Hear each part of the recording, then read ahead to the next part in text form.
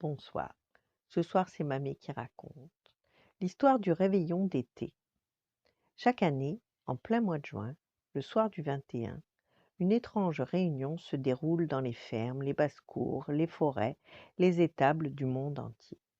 Cette réunion, c'est celle des animaux et de toutes les créatures féeriques qui voudraient bien fêter Noël, mais qui n'y parviennent pas. Chaque année parce qu'ils sont trop occupés.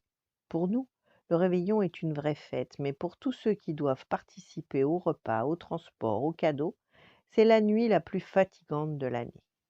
Alors, 6 mois après, en plein solstice d'été, pour la nuit la plus courte de l'année, ils fêtent Noël à l'envers. À Noël, ils nous régaleront, mais ce soir de juin, autour de la table, les truffes en chocolat, les élégantes papillotes et les caramels mous ont composé leur menu préféré. Ils se gavent de confiseries. Ils en reprennent 3 fois et se pourlèchent les doigts. Et les clémentines ne restent pas cette nuit serrées dans des chaussons.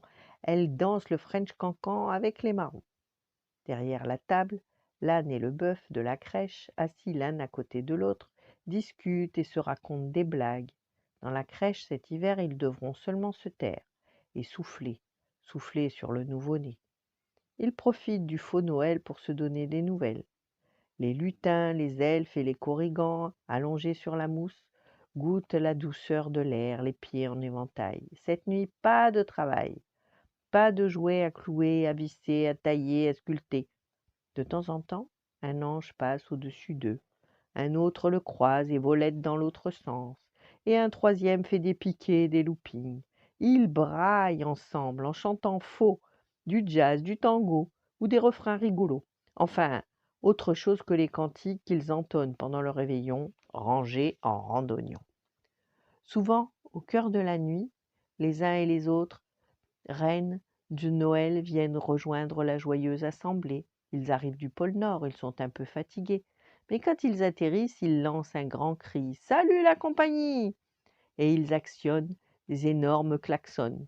Tout le monde sursaute et les reines s'esclaffent. Pas besoin d'être silencieux pour une fois. Pas besoin de marcher à sabots de loup pour que les enfants n'entendent pas le traîneau. Il paraît même qu'une fois, le Père Noël est venu à un de ces réveillons de Noël inversés. Il avait un costume tout à fait normal, sans fourrure, et s'était rasé la barbe pour qu'on ne le reconnaisse pas.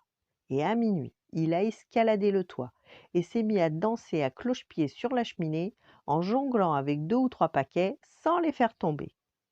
Sans doute rêvait-il depuis toujours de faire ce tour. Voilà, bonne nuit, faites de beaux rêves et à demain.